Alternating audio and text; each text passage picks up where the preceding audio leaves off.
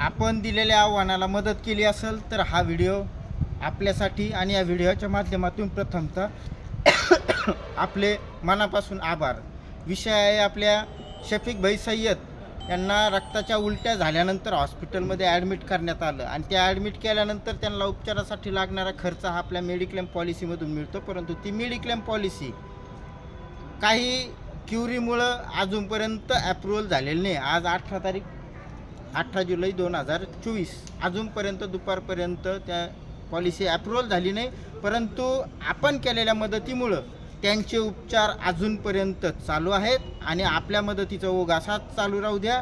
त्यांचे उपचार mediclaim policy येईपर्यंत चालू राहतील।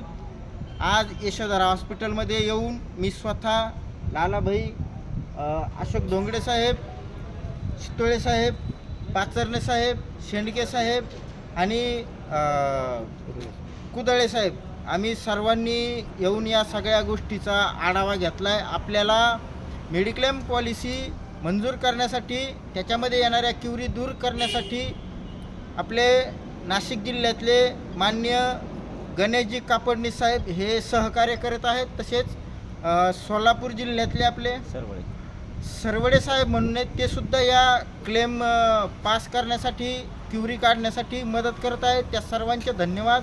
तसेच आपली जी युनिटी संपूर्ण महाराष्ट्रभर आपण दाखवून देतोय की आपला तंत्रज्ञ बांधव अडचणीत आल्यानंतर त्याच्या मागं कोणी असो अगर नसो, परंतु आपण आपला भाऊ म्हणून आपण त्याच्या पाठीशी मागं उभा राहतोय आणि यापुढेही उभा राहत राहूत एवढं बोलतो। आणि शफीक भाईच्या आरोग्यासाठी मी स्वतः प्रार्थना करतो आणि तुम्हीही प्रार्थना करता एवढं बोलतो। जय हिंद, जय महाराष्ट्र, क्रांतिकारी जय तंत्रज्ञ।